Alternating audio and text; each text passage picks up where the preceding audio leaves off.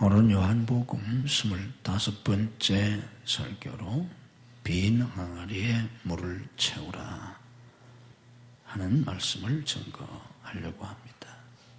지금 우리가 요한복음 2장에 나와 있는 예수님의 첫 번째 표적, 가나의 혼인잔치 집에서 포도주가 떨어졌는데 우리 주님께서 물로 맛 좋은 그리고 많은 포도주를 만들어주신 예수님의 첫 번째 기적, 첫 번째 표적을 상고하고 있습니다.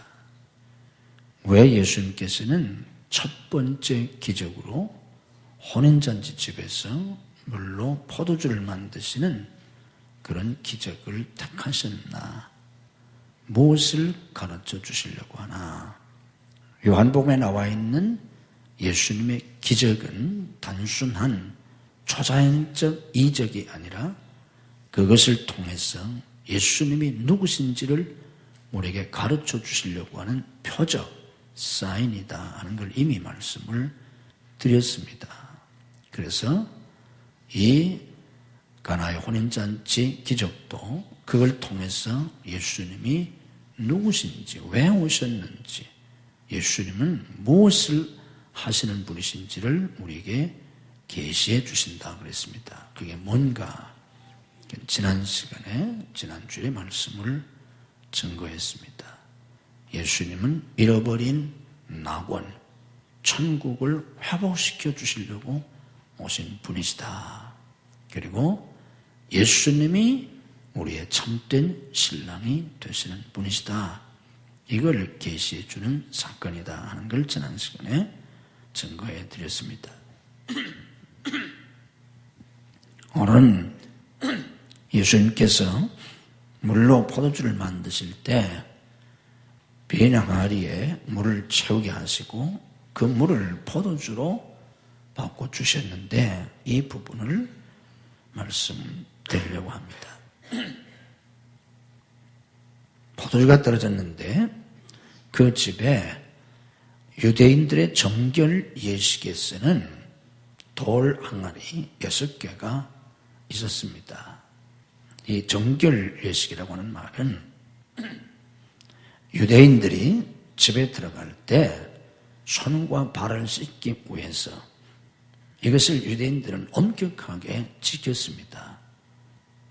그래서 그때 사용하도록 항아리에다가 물을 담아 놓았던 겁니다.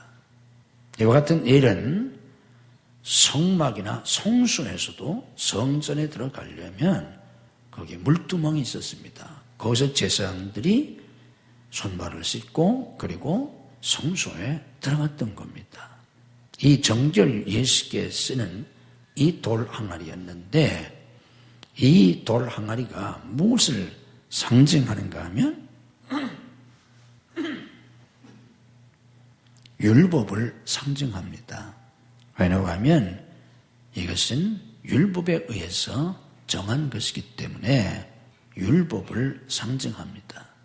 그런데 그 돌 항아리가 비어 있었습니다. 그래서 우리 주님이 거기에 물을 채우라 그랬지 않습니까? 이 비어 있는 돌 항아리, 이게 무엇을 우리에게 계시해 주시는가 하면 그 당시에 형식적이었던 형식만 남아있는 유대교를 우리에게 상징해서 보여주시는 겁니다. 정결 예식에 쓰는 돌 항아리에 물이 가득 차 있어야 하지 않습니까? 그래야 사람들이 집에 들어갈 때 씻을 수 있는데 다 비어 있잖아요. 그러니까 이것은 그들의 형식적인 신앙생활, 형식적인 율법주의, 율법을 철저히 지키는 것 같았지만 껍데기만 남아있는 그들의 종교를 보여주시는 겁니다. 왜 유대인들이 이렇게 신앙생활을 했겠습니까? 이 율법주의 신앙, 이 유대교 이 신앙 속에는 생명이 없었기 때문입니다. 율법 안에는 생명이 없습니다. 생명이 없는 신앙, 생명이 없는 종교는 죽은 종교예요. 결국 시간이 지나가 보면 알맹이는 없고 껍데기만 남아있는 여기 텅 빈 돌 항아리처럼 그런 종교가 되어버리고 마는 겁니다. 그때 당시 유대교가 그러했었고 이런 걸 상징적으로 보여주고 계신 겁니다.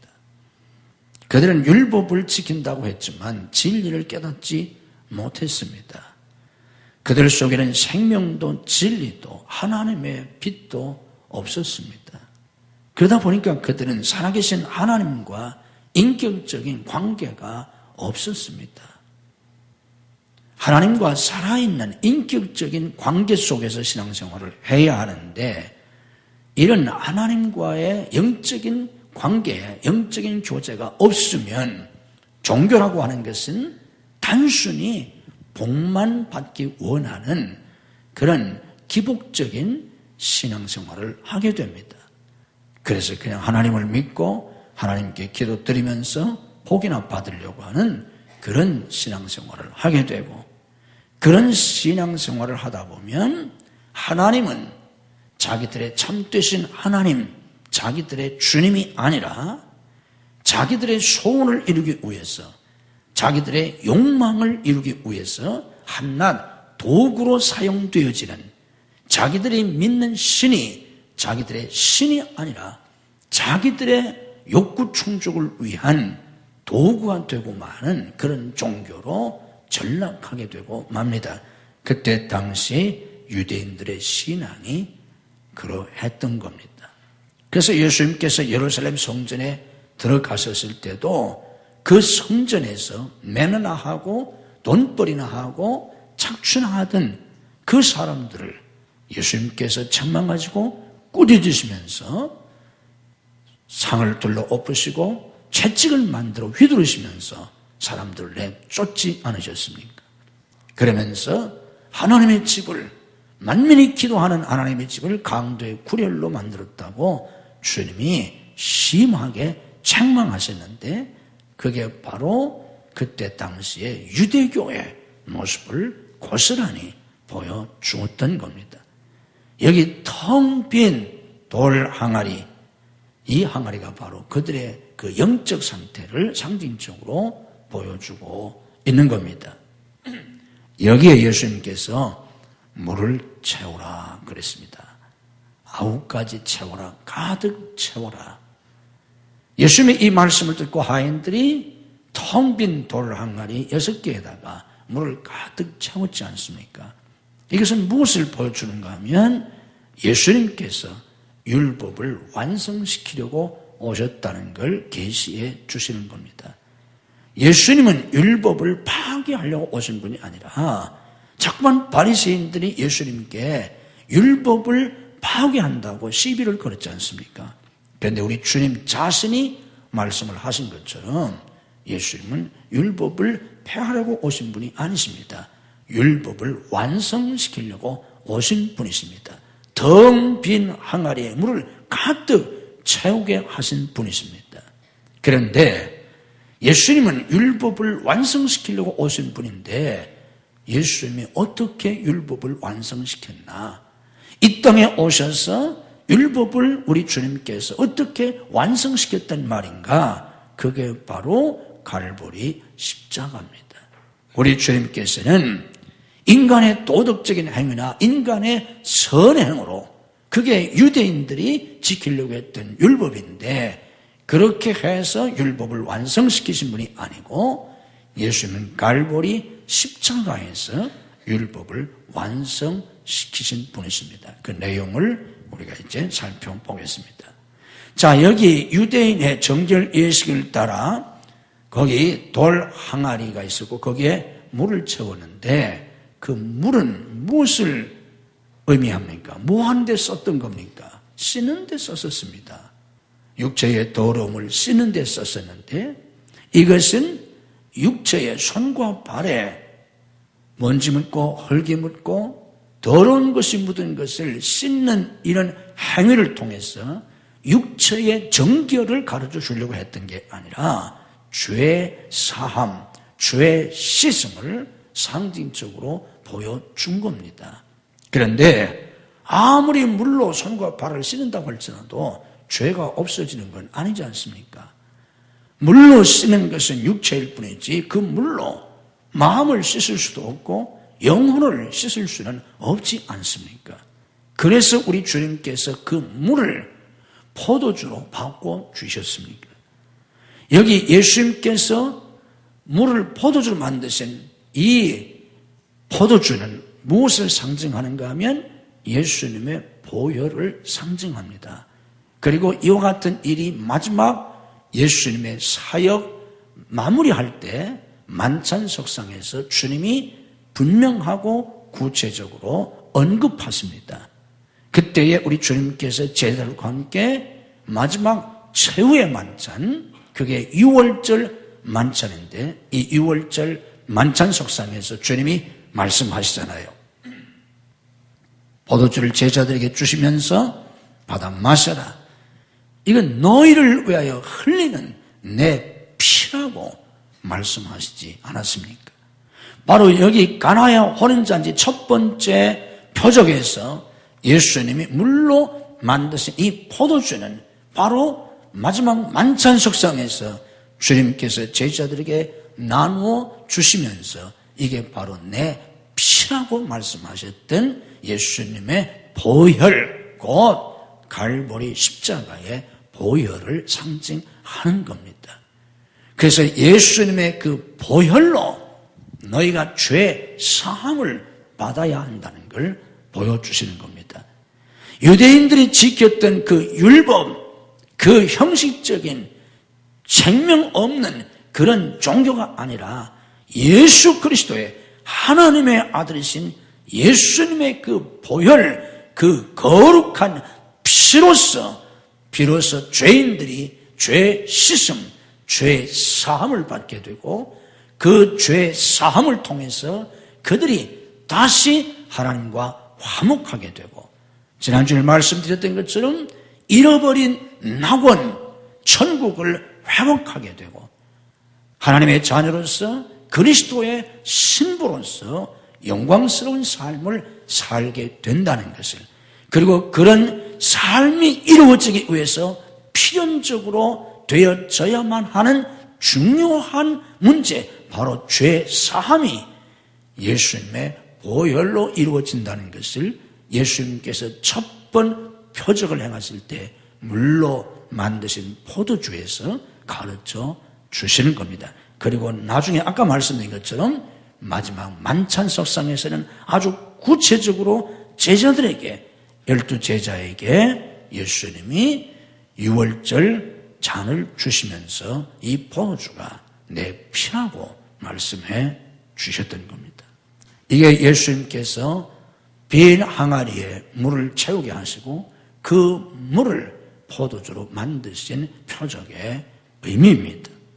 그렇다면 오늘 우리가 깨달아야 할 것은 예수 그리스도의 십자가 보혈을 통해서 우리가 죄 사함 받은 것을 우리가 깨달아야 되고, 아직도 내가 만약에 예수 그리스도를 통해서 죄 사함 받았다는 믿음, 그 확신이 없는 사람이라면 내 죄를 씻을 수 있는 것은 오직 예수님의 피밖에 없음을 깨닫고 갈보리 십자가에서 내 죄를 대신 짊어지시고 대신 죄값을 치르시고 피 흘려 죽으신 그 예수님의 보혈의 공로를 믿음으로 죄 사함의 은총을 받으셔야 합니다. 그것만이 죄인들이 죄 씻음을 받고 죄 사함을 받고 구원받을 수 있는 길이기 때문입니다.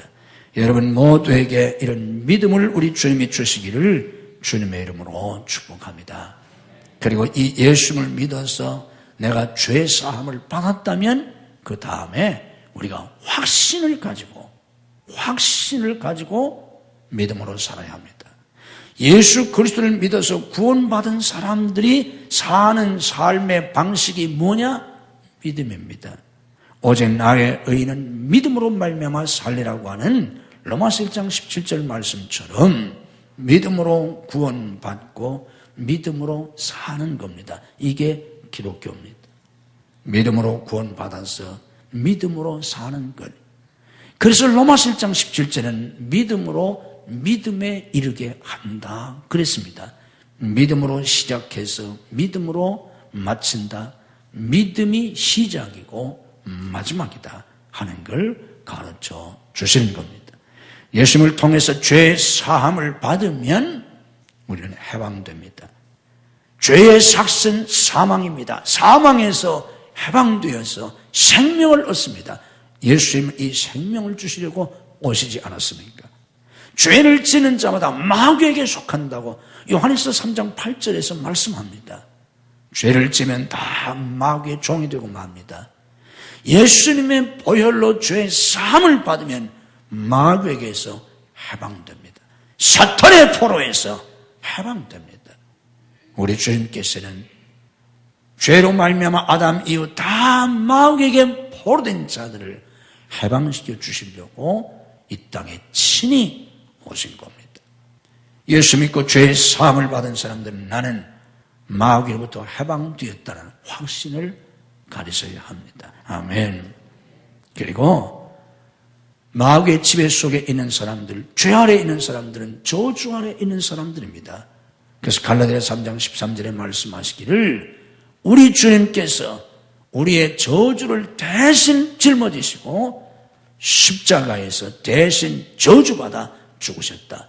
십자가에서 죽으셨다는 건 저주받아 죽었다는 뜻입니다. 예수님이 대신 저주를 받으심으로 우리를 율법의 저주에서 속량하셨다, 해방시켜 주셨다고 말씀합니다. 예수 믿고 죄의 사함을 받은 성도들은 나는 저주에서 해방됐다는 확신을 가지고 살아야 합니다. 믿음으로 고백합시다. 나는 죄의 사함을 받았다. 나는 마귀에게서 해방되었다. 나는 저주에서 해방되었다. 아멘. 이 믿음을 가져야 합니다. 죄 사함 받고 새 생명을 얻은 사람들은 새로운 피조물입니다. 누구든지 그리스도 안에 있으면 새로운 피조물이라 고린도서 5장 17절에 말씀하신 것처럼 새로운 피조물, 새 사람입니다. 새 생명을 얻어서 다시 태어난 새 사람이 된 것입니다. 새 사람이 되면 신분이 변합니다. 하나님의 자녀의 영광스러운 신분으로 변합니다. 요한복음 1장 12절에서 말씀한 것처럼 영접하는 자, 곧 그 이름을 믿는 자들에게는 하나님의 자녀가 되는 권세를 주신다. 마귀의 지배 속에 있던 마귀의 자식이었던 저주 아래 있던 죄인이 죄 사함 받고 예수님의 생명으로 거듭나서 하나님의 자녀가 되는 말할 수 없는 존귀한 영광스러운 그런 신분으로 변화되는 것입니다. 애벌레가 저 땅 속에서 벌레로 살아가다가 그가 허물을 벗고 나비가 되고 잠자리가 되고 매미가 되고 애벌레 있던 그 모습과는 상상도 할 수 없는 그런 모습으로 변하는 것처럼 그것보다도 더 비교할 수 없는 영원히 지옥에 갈 수밖에 없는 그 죄인이 거룩함을 얻고 천국 백성 되고 하나님의 자녀로 그의 신분이 변화되는 새로운 변화가 구원받은 성도들에게 이루어지는 것입니다. 우리는 우리 자신의 이 변화된 신분에 대한 분명한 확신을 가지고 살아야 합니다. 믿음으로 고백합시다. 나는 하나님의 자녀다. 나는 천국 시민이다. 아멘. 내가 새로운 피조물이 되어서 내 신분이 변했기 때문에 우리는 새로운 운명의식을 가지고 살아야 합니다. 사람의 운명은 그의 생김새나 그의 학벌이나 그의 재산이나 그의 건강이나 그의 환경에 의해서 결정되는 게 아니라 그런 것들이 영향을 미치기는 하지만 사람의 운명을 결정짓는 것은 그 사람의 운명의식입니다. 우리는 아무도 우리의 운명을 정확하게 알지 못합니다. 어떻게 알겠습니까? 내일 일을 알지 못하는데 내 운명을 어떻게 알겠습니까? 그래서 사람들이 점을 치러 가고 무당을 찾아가고 그래서 토종 비결도 보고 그래서 주역을 보고 명리학을 연구하고 뭐 온갖 거 하지 않습니까? 내 운명을 좀 알아보고 싶어서. 그런데 사람의 운명을 아무도 정확하게 알 수가 없습니다. 귀신조차도 사람의 운명을 정확하게 알 수가 없습니다. 왜 그렇습니까? 내 운명은 누구 손에 있습니까? 하나님 손에 있지 않습니까?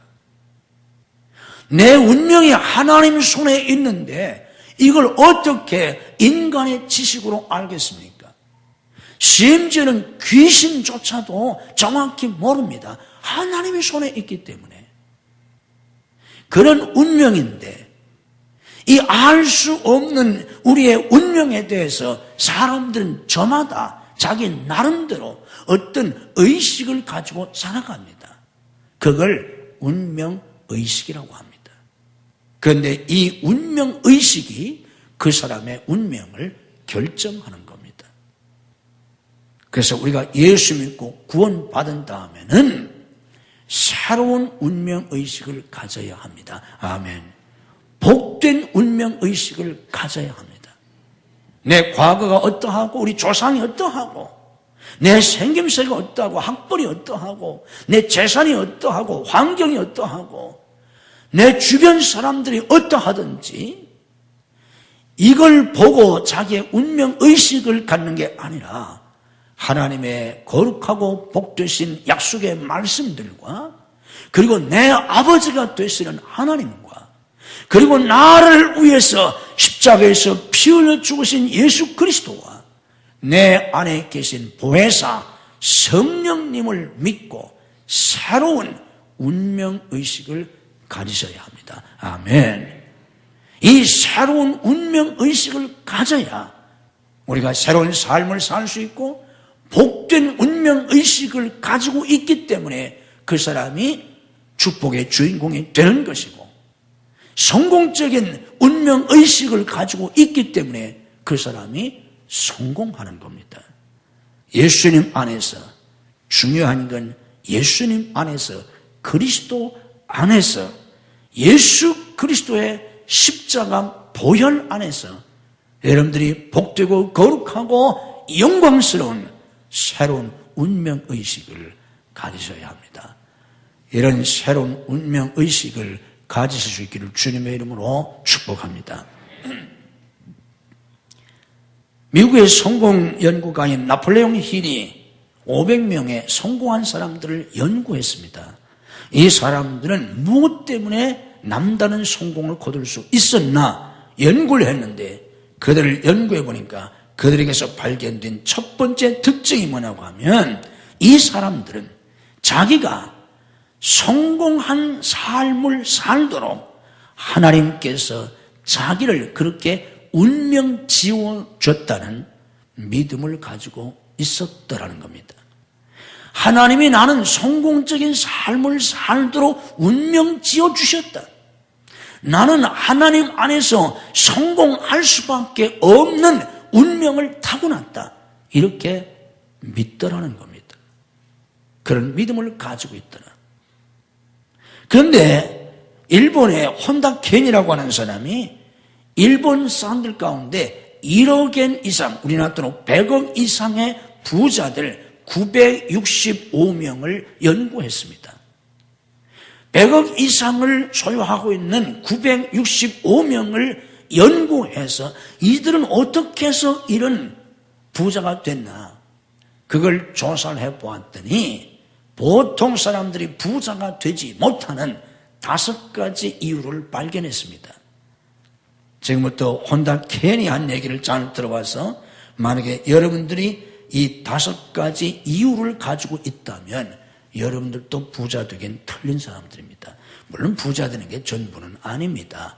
그러나 이 연구 보고 속에서 우리가 깨달아야 할 것이 있기 때문에 제가 소개해 드리는 겁니다. 부자가 되지 못하는 5가지 이유. 첫 번째가 자기가 부자 될 수 있다고 믿지 않기 때문이라는 겁니다.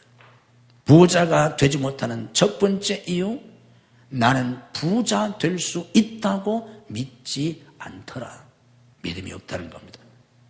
두 번째는 돈에 대해 진지하게 생각해 본 적이 없기 때문이다. 세 번째는 돈에 대해서 가르침 받은 적이 없기 때문이다. 네 번째는 부자가 되기 위한 지식과 습관이 없기 때문이다. 다섯 번째는 부자로 이끌어 줄 수 있는 스승, 코치, 친구가 없기 때문이라고 그가 연구해서 책을 썼습니다.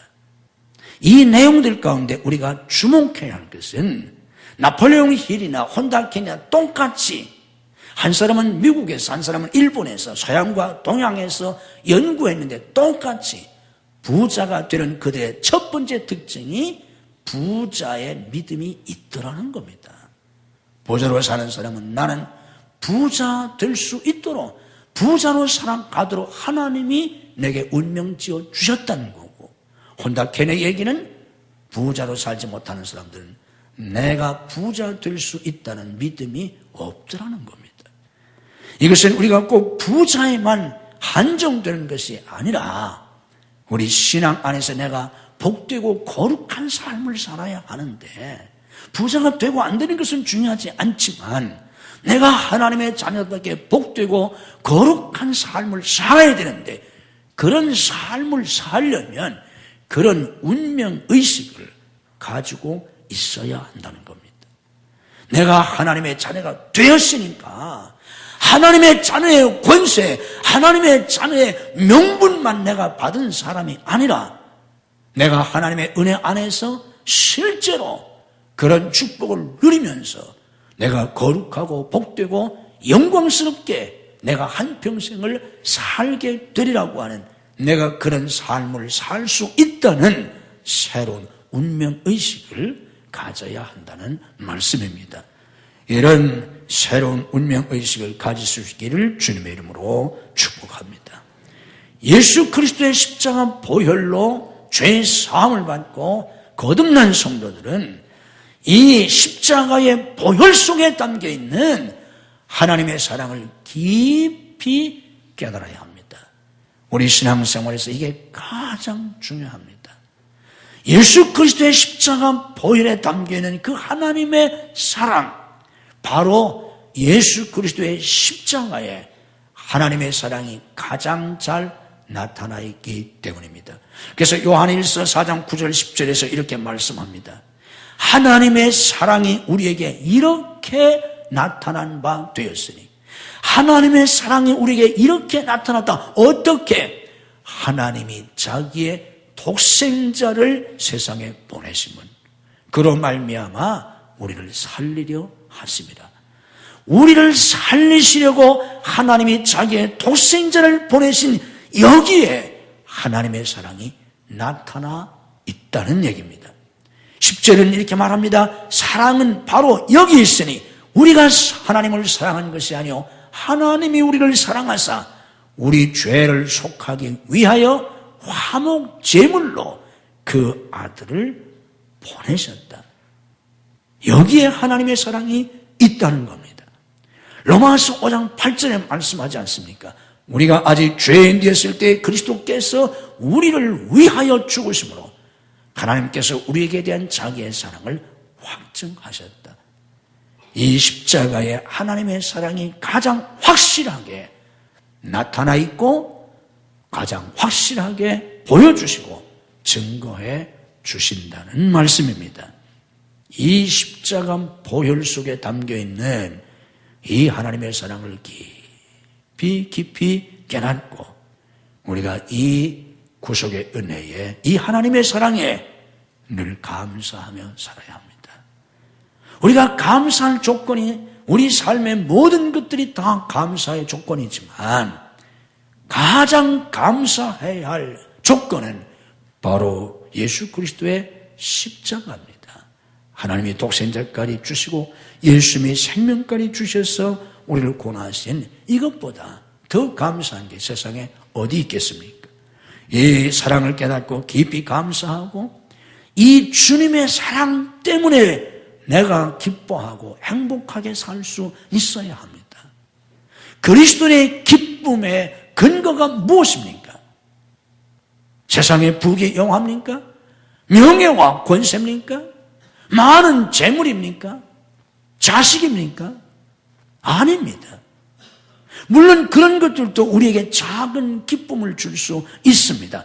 그러나 그리스도인의 영원한 기쁨은 하나님의 사랑, 예수 그리스도의 사랑입니다. 하나님이 나를 사랑하시기 때문에, 예수님이 나를 사랑하시기 때문에 나는 기쁘다고 행복하다고 고백할 수 있는 사람들, 그 사람들이 진정한 그리스도인이고 그 사람들만이 참된 행복을 누리며 살 수 있는 겁니다. 예수님의 사랑을 깊이 깨닫고 그 사랑 안에서 여러분들이 참된 기쁨과 행복을 누리며 살아갈 수 있는 성도들이 되시기를 주님의 이름으로 축복합니다. 그리고 하나님의 사랑을 깊이 깨닫고 우리도 하나님을 사랑해야 합니다. 하나님이 그렇게까지 나를 사랑하시는데, 예수님이 그렇게까지 나를 사랑하시는데 어찌 그 하나님을 사랑하지 않을 수 있겠습니까? 어찌 그 주님을 사랑하지 않을 수 있겠습니까? 하나님의 사랑을 깨달으면, 깊이 깨달으면 다 하나님을 사랑하게 되어 있습니다. 예수 그리스도의 십자가 그 보혈의 공로를 깨달으면 그 주님을 다 사랑할 수 있게 되고, 그 주님을 위해서 내 마음을 드리고 내 몸을 드리고 시간을 드리고 내 재능을 드리고 내 물질을 드리고 내 생명까지도 아낌없이 드릴 수 있게 되는 겁니다. 이게 바로 헌신입니다. 그래서 로마서 10장 2절에서 말씀하지 않습니까? 너희 자신을 하나님이 기뻐하시는 거룩한 산 제물로 드려라. 어떤 사람이 이렇게 할 수 있습니까? 하나님의 사랑을 깊이 깨달은 사람입니다. 이 하나님의 사랑을 깨달은 사람들은 이 하나님의 사랑을 다른 사람들에게 베푸는 삶을 살아야 합니다. 다른 사람들에게 이 사랑을 나눠주는 삶을 사는 겁니다. 이걸 우리가 봉사라고 합니다. 자기의 가족들, 부모, 형제, 자기의 자녀, 그리고 자기의 일가 친정, 자기의 친구, 자기 이웃 교우들, 그리고 먼 나라에 알지 못하는 사람에게까지 이 그리스도의 사랑을 나눠주는, 이 그리스도의 사랑을 베풀며 살아가는 성도들이 되어야 합니다. 우리가 하나님 앞에 이 땅에 살면서 많은 축복을 받으려고 하는 이유가 어디에 있겠습니까?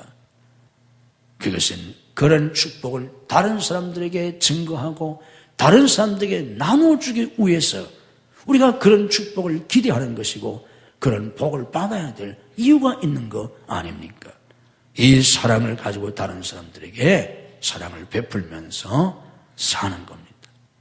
일본의 초지 유태량이라는 사람이 있는데 이 사람은 젊은 시절 방탕한 삶을 살았습니다. 어느 날 술에 취한 채 저녁에 집으로 가다가 길 옆에 작은 집 창문에서 빛이 새어나오는데 이 술에 취해서 가다가 그 창문으로 안을 이렇게 들여다보니까 거기에 젊은 여인이 잠을 자고 있었는데 얇은 잠옷을 입고 젊은 여인이 잠들어 있었습니다. 그걸 보는 순간 이 사람이 자기의 욕정을 이기지 못하고 창문을 열고 들어가서 강간을 합니다. 그리고 그 죄를 감추기 위해서 여인을 목졸라 죽여버립니다. 그리고 흔적을 없애기 위해서 그 집을 불태워버렸습니다. 그런데 며칠 지나서 결국은 죄가 발각되고 체포되고 결국은 옥에 갇히게 되고 강간, 살인, 방화죄로 사형 언도를 받습니다. 사형 언도를 받고 복역하면서 얼마나 이 감옥에서 난폭했든지 아주 난폭한 포악한 죄수로 소문이 나 있었습니다. 그런데 어느 날 어머니가 면회를 와서 이 아들에게 성경 한 권을 주고 갔습니다. 이 사람이 감옥 속에서 성경을 읽다가 예수님을 만납니다. 그리고 예수 그리스도의 갈보리 십자가의 보혈을 깨닫게 됩니다. 하나님의 아들이신 예수님, 죄가 없으신 예수님이 왜 십자가에서 죽으셨느냐? 왜 피 흘려 죽으셨는가? 바로 나 같은 죄인을 구원하시기 위해서 내 죄값을 대신 치르시고 예수님이 그렇게 죽으셨다고 하는 예수님의 십자가 보혈의 복음을 깨닫게 됩니다. 그리고 예수님을 믿고 구원받습니다. 이 보혈의 공로를 깨닫고 이 사람이 구원받고 나니까 완전히 새 사람이 됩니다. 얼마나 새로운 사람이 되었든지 감옥에서 이 사람이 인정을 받아서 특별 사면을 받고 이 사형수가 옥에서 나오게 됩니다. 그런 뒤에 이 사람은 완전히 변화된 삶을 삽니다. 얼마나 변화된 삶을 살았든지 이 흉악한 죄인을 그 뒤에 사람들은 성자라고 불렀습니다. 그래서 후일 이 초제 유태랑은 동양의 성자로 일컬음을 받는 그런 일본의 대표적인 성도가 되었습니다.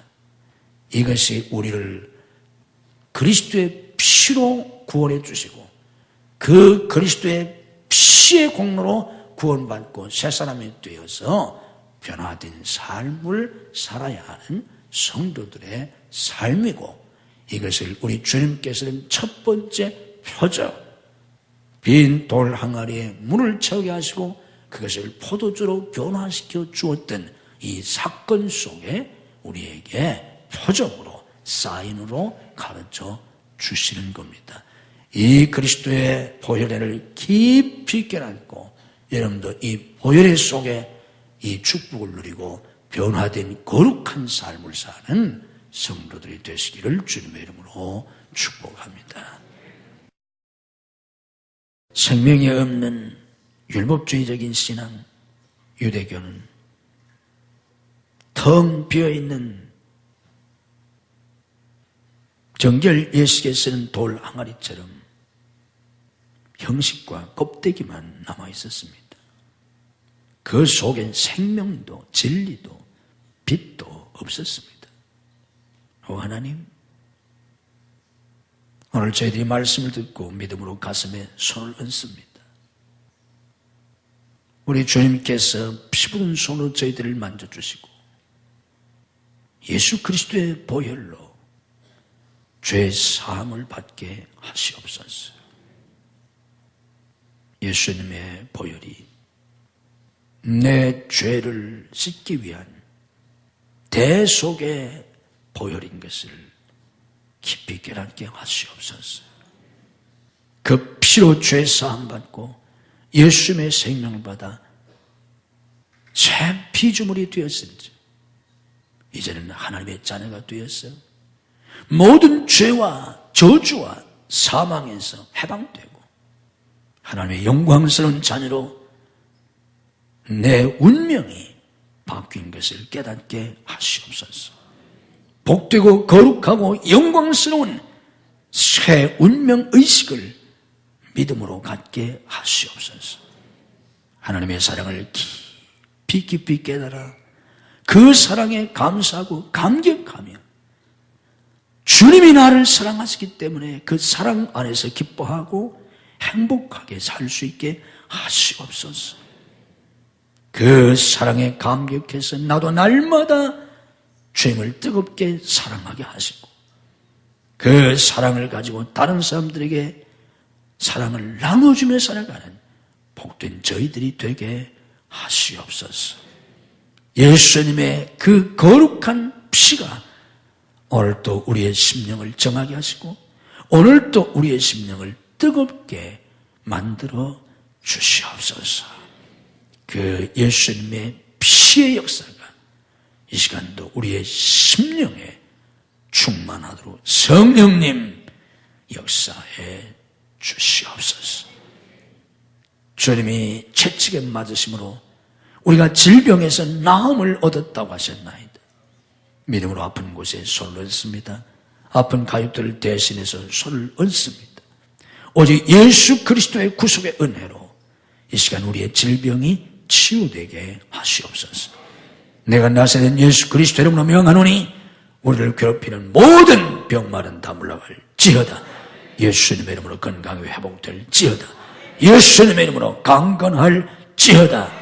역사해 주시옵소서. 믿음으로 하나님 앞에 손을 듭니다. 주님의 피 묻은 손으로 붙잡아 주시옵소서. 주의 손에 잡혀 살게 하시옵소서. 이젠 주님의 인도하심을 따라 살게 하시옵소서. 주님께서 저희들의 손을 잡으시고 친히 인도해 주시옵소서.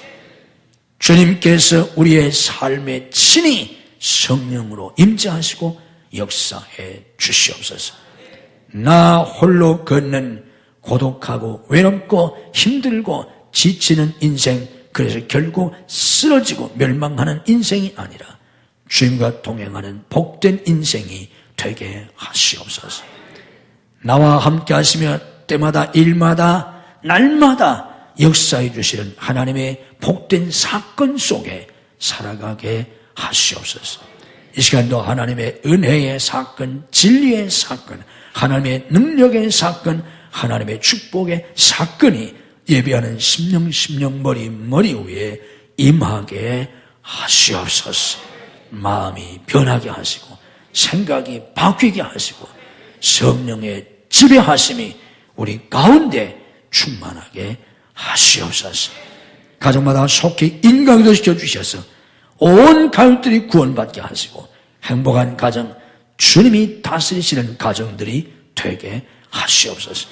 우리의 자녀들을 주님이 책임져 주시고 양육해 주시옵소서. 써 주시옵소서. 믿음을 부어 주시옵소서. 지혜를 주시옵소서. 주님의 복된 마음을 주시옵소서. 천군 천선을 동원하여 울타리를 삼아 지켜주셔서 모든 환난과 재난과 병마와 죄악으로부터 우리 자녀들을 지켜 주시옵소서. 앞길을 열어 주시옵소서. 학업의 문을 열어 주시옵소서. 신학의 문, 유학의 문을 열어 주시옵소서. 취업의 문, 사업의 문을 열어 주시옵소서. 결혼의 문, 태의 문을 열어 주시옵소서. 사역의 문을 열어 주시옵소서. 우리의 사역에 풍성한 열매가 맺히도록 성령께서 역사해 주시옵소서. 성도의 직장과 사업을 붙들어 주시고 축복해 주시옵소서. 직장 생활 속에 사업 속에 살아계신 하나님을 경험하게 하시고 하나님께 영광을 돌리며 다른 사람에게 믿음의 증인들이 될 수 있게 해 주옵소서. 주와 복음을 위해서 크게 쓰임받는 귀한 성도들이 되게 하시옵소서. 장대케 되는 사업이 되도록 주님이 축복해 주시옵소서. 주님 앞에 믿음으로 예물을 드립니다. 믿음으로 11조를 드립니다. 평생에 온전한 11조를 드릴 수 있는 믿음을 더하여 주옵소서. 믿음으로 감사한금, 선교헌금, 구제헌금, 건축헌금, 해외 성전 건축헌금을 드립니다.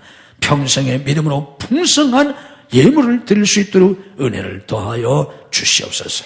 하나님께서 하늘문을 활짝 여시고 이 땅에 싸울 것이 없도록 복을 주옵소서. 황충을 금하여 모든 쓸데없는 지출을 막아주시고 귀한 자의 열매가 떨어지지 않도록 모든 환난과 재난으로부터 지켜주시옵소서. 열방 가운데 복된 성도들이 되도록 저들을 축복하시고 써주시옵소서. 믿음의 명문가를 이룰 수 있도록 하나님께서 영육의 복, 금성, 내세복, 자녀와 후손의 복을 내려주시옵소서. 병중에서 나오지 못한 성도를 찾아가셔서 능력의 손으로 붙잡아 주시옵소서. 출타 중인 성도들, 해외에 나가는 가족들을 능력의 장중에 붙잡아 주시옵소서. 군문에 나가는 아들들, 유학생들을 지키시고 축복해 주시옵소서. 이 한 주간도 주님이 주시는 은혜와 축복이 넘치는 복된 한 주간이 되게 해 주옵소서. 특별히 구정을 맞아 오고 가는 성도들의 걸음과 운행을 주님이 지키시고 무사고하도록 축복해 주시옵소서. 주님의 은혜와 축복이 넘치는 복된 한 주간이 되게 해 주시옵소서. 예수님의 이름으로 축복 기도하옵나이다. 아멘.